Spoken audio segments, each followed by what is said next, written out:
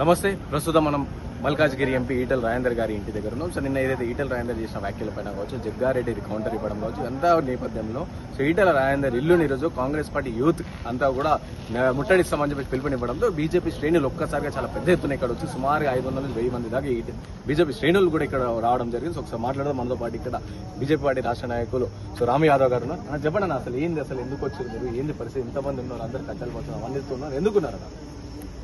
నిన్న ఏదైతే ఈటెల రాజేందర్ గారు ప్రజా సమస్యల పట్ల ప్రజల పక్షాన ఏదైతే రాష్ట్ర ప్రభుత్వం 6 గ్యారెంటీలు 66 మోసాలు చేసి ప్రజల్ని మోసం చేసిందో ఆ తరుణంలో ఈటెల రాజేందర్ గారు పార్లమెంట్ సభ్యులు, ప్రజాప్రతినిధి, ఎక్కడ పోతే అక్కడ ప్రజలు వాళ్ళ బాధల్ని చెప్పుకునే క్రమంలో వారికి బాధేసి ఒక రాష్ట్ర ప్రభుత్వం చేతగాని ప్రభుత్వం పైన ఏదైతే విమర్శ చేసిరో ఒక సిద్ధాంతపరంగా దాన్ని జీర్ణించుకోలేని కాంగ్రెస్ పార్టీ ఇప్పుడు ప్రజల్లో ఎక్కడైతే వాళ్ళపైన అసంతృప్తి మొదలైందో దాన్ని డైవర్ట్ చేయడం కోసం ఈ రోజు రాజేంద్ర గారి ఇల్లు ముట్టడి కార్యక్రమాన్ని చేపట్టింది యూత్ కాంగ్రెస్.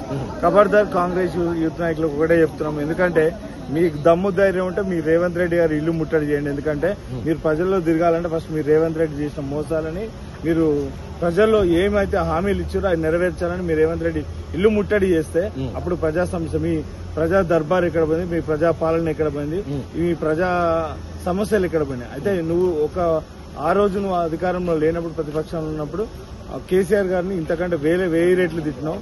మేమన్నా ఇంకా కొంచెం చాలా ప్రజాస్వామ్యబద్దంగా రేవంత్ రెడ్డి గారు పైన కామెంట్ చేస్తున్నారు. దీన్ని జీర్ణించుకోలేని కాంగ్రెస్ ప్రభుత్వం ఇట్లా ఈ యూత్ కాంగ్రెస్ లీడర్ ఇట్లా ఇండ్ల మీదకు పంపడం అనేది ప్రజాస్వామ్యం. ఎందుకంటే జగ్గారెడ్డి కూడా కమెంట్ చేశారు, ఏంటంటే బట్టలు కూడా తీసి బట్టలు తీసి గుంజలు తీస్తారు, ఈ విధంగా కూడా కమెంట్ చేశారు. జగ్గారెడ్డికి ఆల్రెడీ ప్రజలు బట్టలు కూడా తీసి రోడ్డు మీద కూర్చోబెడితేనే పదవి లేక పిచ్చుకుక్క లేక రోడ్డు మీద తిరుగుతున్నాడు. ఆయన ఏం చేస్తున్నా ఆయనకు క్లారిటీ లేదు. అటు రేవంత్ రెడ్డి పట్టించుకోడు, అటు ఆల్ ఇండియా కాంగ్రెస్ పార్టీ పట్టించుకోదు, ఇక్కడ స్థానిక నాయకత్వం పట్టించుకోదు. ప్రజా సమస్యల్ని పట్టించుకోవాలంటే ఆయన ప్రజాప్రతినిధి కాదు. కాబట్టి ఏదో ఒకటి ట్రెండింగ్ లో ఉండడం కోసం ఒక కామెంట్ చేస్తున్నాడు. యూత్ కాంగ్రెస్ లీడర్లను కూడా రేవంత్ రెడ్డి అసలు ఇంటికి కూడా రానిడట. లాస్ట్ టైం కూడా బీజేపీ పార్టీ కార్యాలయం ముట్టడి చేస్తే జైలుకు పంపిండు. అంటే ఇంకా ఆయన చక్కగా పట్టించుకుంటూ ఆగపోతుండే. యూత్ కాంగ్రెస్ లో ఎవరైతున్నా 1000 కోట్ల రూపాయలకు అడ్డంగా అధికారం కోసం ఖర్చు పెట్టి యూత్ కాంగ్రెస్ లీడర్ అయ్యారు. వాళ్ళు ప్రజా సమస్యల మీద పోరాడి లీడర్లు కాలే. కాబట్టి వాళ్ళకి అసలు నైతిక విలువలు ఏమైనా పోరాడాలి, గిరాడాలంటే భారతీయ జనతా పార్టీ పోరాడాలి, భారతీయ జనతా యువ మోర్చా పోరాడాలి. యూత్ పక్షాన గానీ ప్రజా సమస్యలపై ఇల్లు కట్టలే, ఇల్లు కొట్టారు, ఉద్యోగాలు ఇవ్వాలి, ఉద్యోగాలు తీసేసారు. ఈ రోజు 360 కోట్లు ఉండాల్సింది 760 కోట్లు అయింది. ఇంతవరకు స్కాలర్షిప్ ఇవ్వాలి 3 సంవత్సరానికి, ఆర్టీఎఫ్ ఎంటీఎఫ్ ఇవ్వాలి. విద్యార్థుల సమస్యలు అట్లనే ఉన్నాయి. ఇవాళ ఇందిరమ్మ పథకం మీద, ఇందిరమ్మ ఇండ్ల పేరు మీద ఊళ్ళల్లో అసలు అసంతృప్తి భయంకరంగా ఉంది. అసలు ఊళ్ళల్లో నేను తిరిగి ఐకేపీ సెంటర్ కూడా ఒడ్లు కొనుగోలు కాలే. వీళ్ళ పరిస్థితి ఎట్లుందంటే అతి త్వరలో రేవంత్ రెడ్డి గారి పైన విమర్శ ఏదైతే ఈటెల రాజేందర్ గారు చేసినా అక్షరాల సత్యం మనం చూస్తాం. అంటే కేవలం వాంటెడ్లీ కేవలం పదవి కోసం ఈ విధంగా రేవంత్ రెడ్డిని తిట్టడం కావచ్చు, పదవి కోసం ఈ విధంగా కాంగ్రెస్ పార్టీ దూషిస్తారు అంటే కాంగ్రెస్ పార్టీ అంటే పదవి కోసమేనంటారా?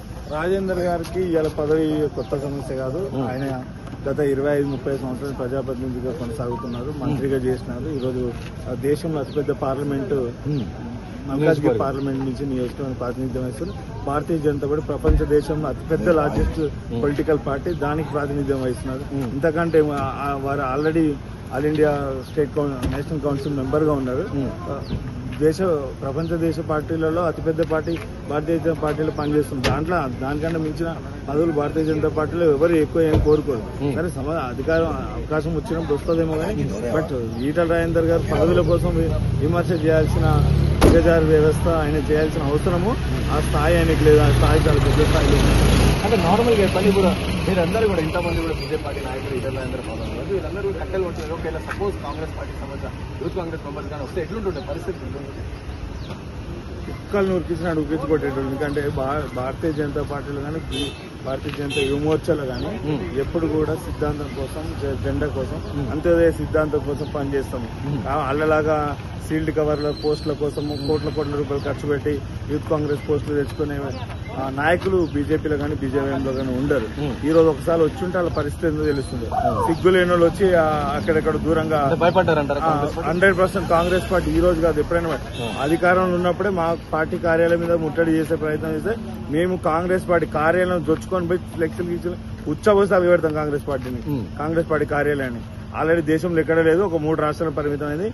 ఈ దెబ్బతో 3 రాష్ట్రాలు కూడా కాంగ్రెస్ పార్టీ అడ్రస్ లేకుండా పోతుంది. కాంగ్రెస్ పార్టీ భవిష్యత్తు కనబడదు. కాబట్టే వాళ్ళతోటి అసంతృప్తి స్టార్ట్ అయింది. థ్యాంక్ యూ అన్న, థ్యాంక్ యూ సో మచ్.